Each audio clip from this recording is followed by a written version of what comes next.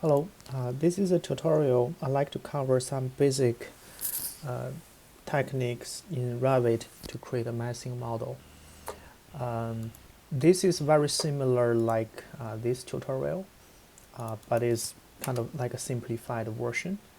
I will go ahead post this URL later online so you can watch this tutorial from another person. My approach to do this schematic design with massing object is much more simplified compared to this version. I do want to show you there's a few basic tutorial you need to go through before you watch my tutorial. The first one is the basic Revit. Make sure you understand the UI, understand the basic properties of beam objects.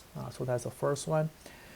Second, in the massing modeling, I'm not gonna cover the site model anymore because this one is already being covered right here. Site modeling, which is this one, I covered how to manipulate the topo surface. The second one is cut and fill, which you can control the elevation of the pad to create different levels. So this is not gonna repeat in this tutorial. I assume this is something already watched, already know. So this tutorial is purely just focused on the massing model, something like this, but in a kind of simplified approach. So first thing I will do is to log into a CGC computer. So first, make sure you can activate your VPN, and then you are gonna open remote desktop connection. By doing so, you can log into a CGC computer. So I already did that. So here is the login after I get through the UC username. This is the interface in the CGC computer. Then I run the Revit 2021, I believe. This is the version. This is a brand new file. And I will go ahead to demonstrate how you can do this massing model quickly. First thing to mention is compared to other programs like SketchUp or Rhino, Revit is not really designed to do the conceptual free-form modeling. So if you are looking for some form like curved organic form, you will get some hard time to do this in Revit. So we are just doing something like a very basic rectilinear, rectangular, cube-like massing model. Okay. For the sake of demonstration, I only probably do two programs. Let's assume we have a dining place, we have a kitchen, just two programs, maybe a circulation in between. Okay, simple like that. So when you start to do the massing model, there are two ways you can start. The first one is you go straight to the massing and you create in-place massing. So this is one way. The benefit is later you can easily attach roof, wall to the massing model. You can continue to move on to the schematic design, to the design development. So this is one way. Another way is very similar like a SketchUp or Rhino.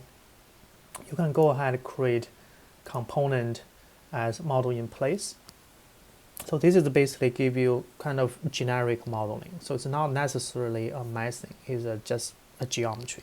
So here if you do the model in place, you can associate with a catalog.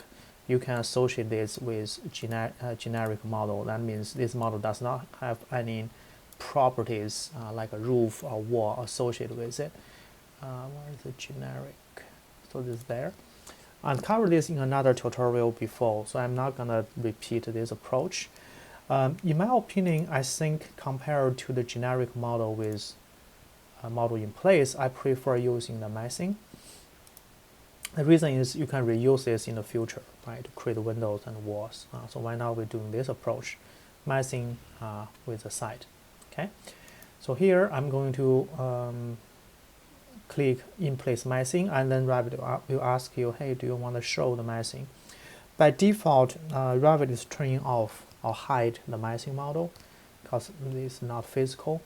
But when you work on the in place massing, you do want to make sure it's turned on. So this give you a name. I say massing 1, that's fine. All right, so now I'm in the kind of massing modeling mode. In this place, you can see the interface on the top changed. So here we are in the create tag, and you can see a bunch of tools. You can also see in the properties, you are right now in the family of mass, right? This is the changed property. And you can still see our default views like floors, sections, perspective, 3D. So this is unchanged. The only thing changed is your menus on the top. Okay, so I'm in a massing modeling mode. I will go ahead just create a simple box. So here start with a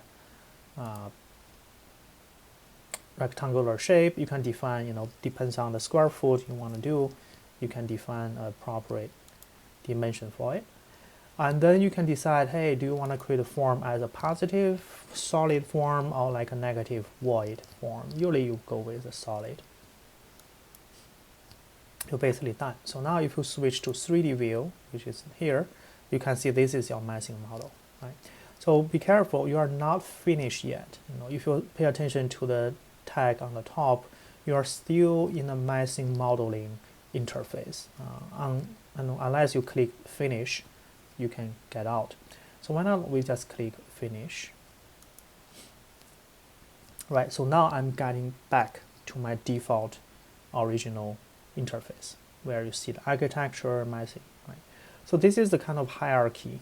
Whenever you want to modify or change this massing model, you have to go, click this selection first, or you can click edit in place.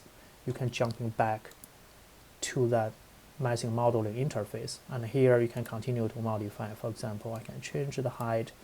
You can, tweak the details of this massing model. As soon as you're finished, then you click finish mass. You're going back. Right, so this is my preferred way to do so.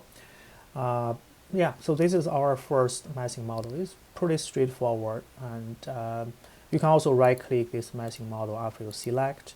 You can choose Edit Family. Right, so basically you're jumping back to this massing modeling interface as well, right? And then you can continue edit. Yeah, I think that's about the massing model. Then let's do something more complicated. So I will go ahead, finish the current massing. Okay.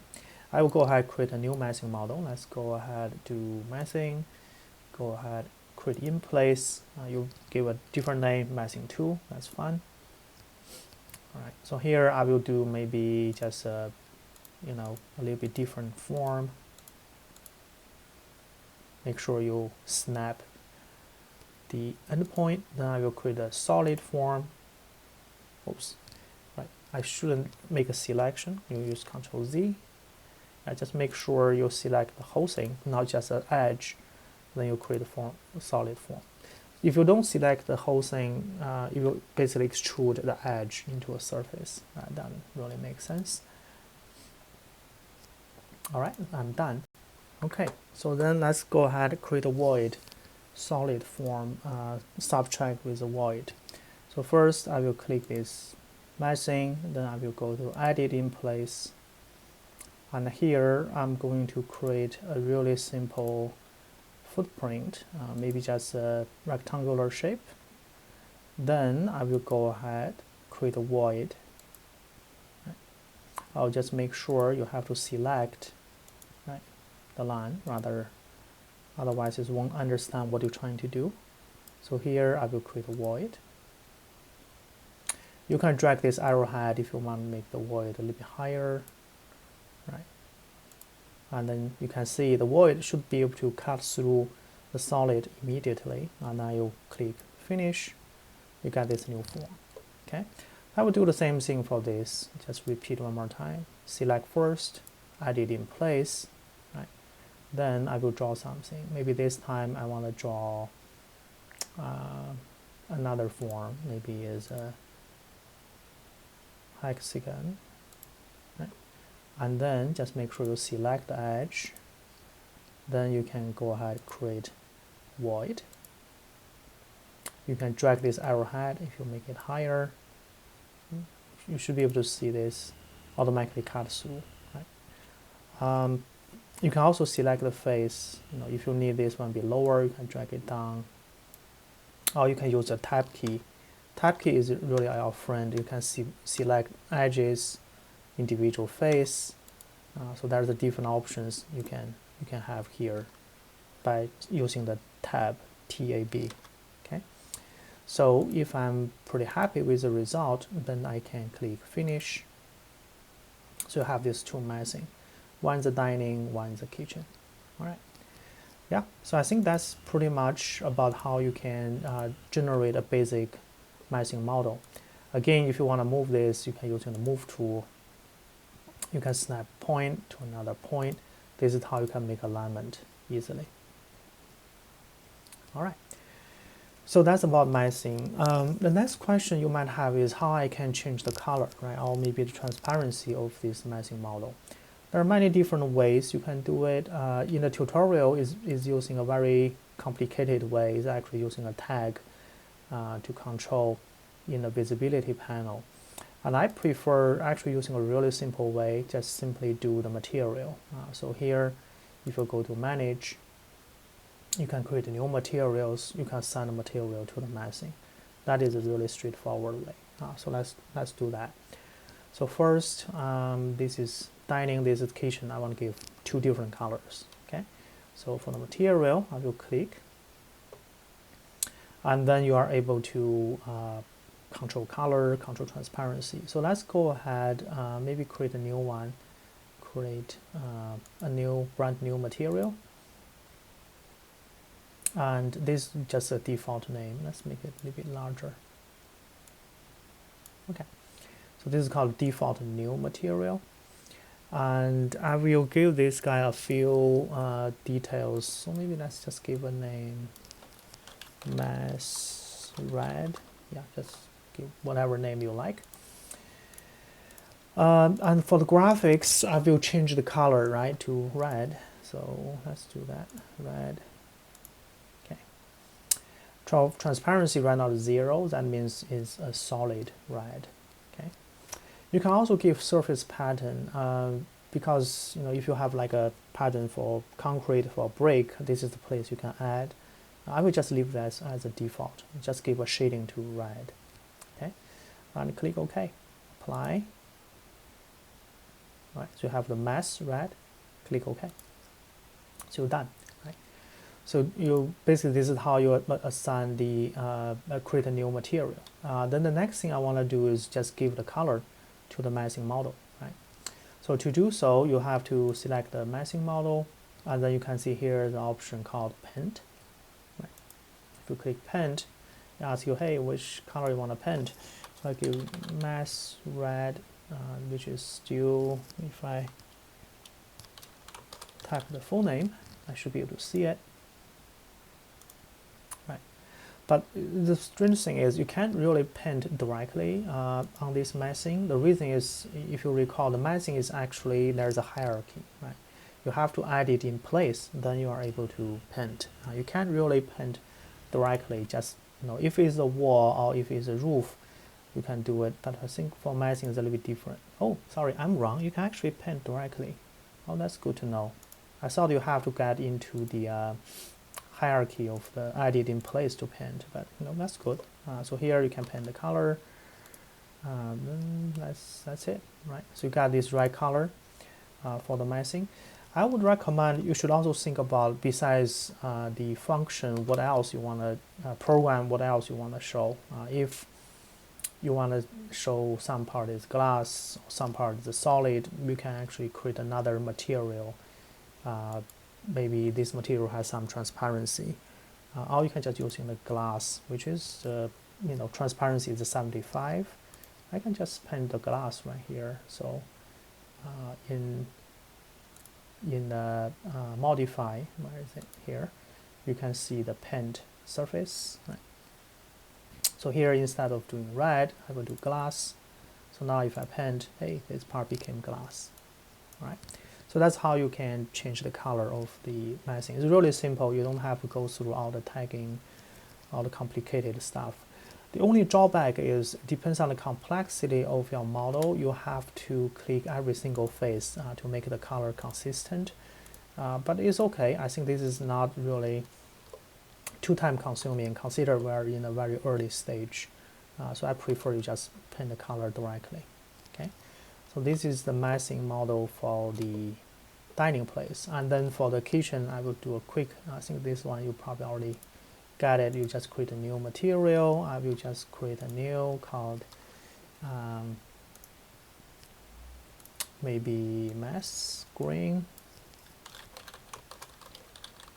Okay, and here in the graphic I can give a green color right there, and then I can click OK. Right, so now you have a green. Then I can go to modify, paint, right? So here's a mass green. Then I can go ahead, paint the color directly. So if you have like green roof, right, this could be a way to do so.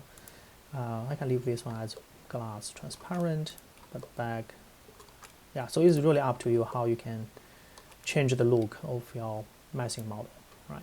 So in my opinion, this is pretty good already. You have a really basic composition of the two program. Just make sure when you work on 3D, you want to make sure sometimes the model is not snapping in the right place.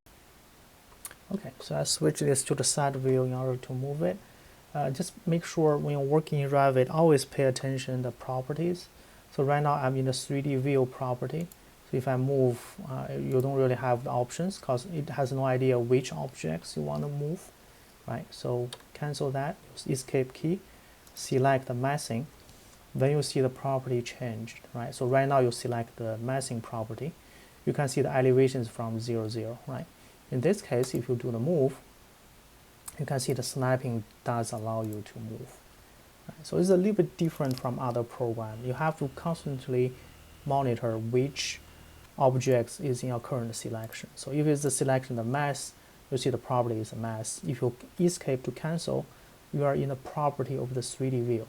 In this case, if you want to move, it doesn't really work because you cannot really move a view, right? Got it? So it's a little bit trickier compared to other program, but if you practice, you should get used to it. Click that. You can also see there's a really convenient tools. You can do a shortcut. You can manipulate the shape directly here in a higher level. Right, you can drag and change. So this is all the options there. But whenever you want to move, make sure select first, then you do the move. I will move, I don't know, maybe this point a little bit further away. Okay, to separate these two. All right, so this is about move. Anything else? Oh yeah, a quick thing about the 3D view. In the 3D view, there's the two functions quite useful. One is the visibility. Another is the graphic display options. The visibility, if you click edit, you can see basically this is how Revit operates layers. So by default, if I just show you quickly in the massing, the massing has all kinds of subcategories, and usually you'll see massing has a halftone, so that means make the massing transparent.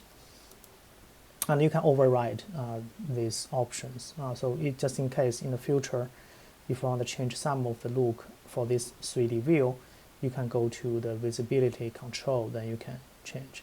If you want to make the massing all disappear, you can hit apply. Oh, actually here I should do that. It's in the massing. I can turn off the massing display, so the massing will be invisible. So this is one way to control. Another way is just double click VV, which is a shortcut for visibility of the current view. Then you can control the massing right there. Okay, so there's many different ways you can access the visibility. Graphic display options, this is another one I think could be useful. For example, if you want to control the line type, you can start, make the line looks like sketchier. You can apply the extension, jitter. If you apply, you see the line looks like a SketchUp style. Right, so you can definitely play with these settings. But keep in mind, this will all add on some actual computing in Revit. So it will slow down the computer if you have a lot of lines, and each of the line need an extension and jitter. So that's options here you can play with, right? So that's in graphic display options. Again, you can switch the mode from hidden line to shaded. So this is the options to you as well. You can play with it. I think in our project, probably shaded is the best option. So you can see the color. You can also turn on the shadow if it's necessary. You can actually see how this looks like in kind of shadowed mode. So if you have objects overlapping to each other, shadow is the best way. We might already cover in the shadow. You can also set up the sun angles. You can decide the day. So there's our options here. Let me show you really quick. Sun settings. So right now this is the angle. So if you want to lower that to 105, hit OK. You see the shadow will be recomputed. Right, a little bit different. So this option is all here. Sun settings. I'm pretty sure you know how to manipulate this. Depends on the, you can't do this, but I can do altitude as maybe 85, so it's pretty high. Right, it's kind of like a known. You see the shadow change. All right, so that's about shadow. What else? Yeah, I think that's pretty much about the massing model for now. Graphic display visibility. Okay, so let's end the tutorial here. I hope this will be helpful for you to do the massing, composing different mass in this early conceptual design stage. Oh, there's the last thing is how to export, right, this image, so you can have a slideshow of different variations. So let's do that. Before I export, I probably want to hide these lines. So this is, again, something it's quite trickier in Revit. You have to select these lines. If you don't need to see them, just go to hide. So here's the small glasses. You can hide the elements, right? So they disappear. In the future, if you want to make them back, you can click the glasses again. You can choose reset, so they will come back. All right. So I will hide them. Hide the elements. So there I'm ready to capture. There's many different ways you can do it. You can go to file, you can export this as an image for sure. Where is the image? I think it's at the bottom. Hold on, let me do one more time. Export.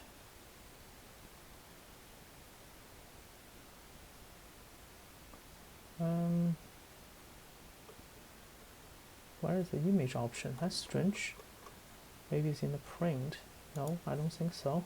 Yeah, you can print as a PDF if you want, but I think the image would be the one I want to do. In the options. Oh, here, image and animation. You can see that. So here's the image. Right? This is one way. Another way is really simple. Usually I just do the snipping tool in Windows. So here you can do new. You just cut this. Right? You just snip it and then you just copy, or you can save it. Then you can put it into Photoshop. You can do some composition there. Right? So just using the snipping tool, that should be fun. If you really want to go get a super high resolution, then you go to, export, and here you can choose the option to do the image, and here you can bouncing up the resolution to a really high one. Let's do, I don't know, 4000. So you can definitely do some control on the pixel dimension right here, which is different from the snipping tool. Then you can click OK. That's fine. You can also control the quality of the JPEG. If you don't want to have too much compression, you can do that. So here, just show you really quick. Yeah, that's the JPEG file. Because I'm using the 4000 pixels, so see the line became pretty sharp even when you zoom in. Okay, so this is the options when you ready to export files into other programs like Photoshop. All right, I think that's it about this tutorial. I hope that will be quite helpful.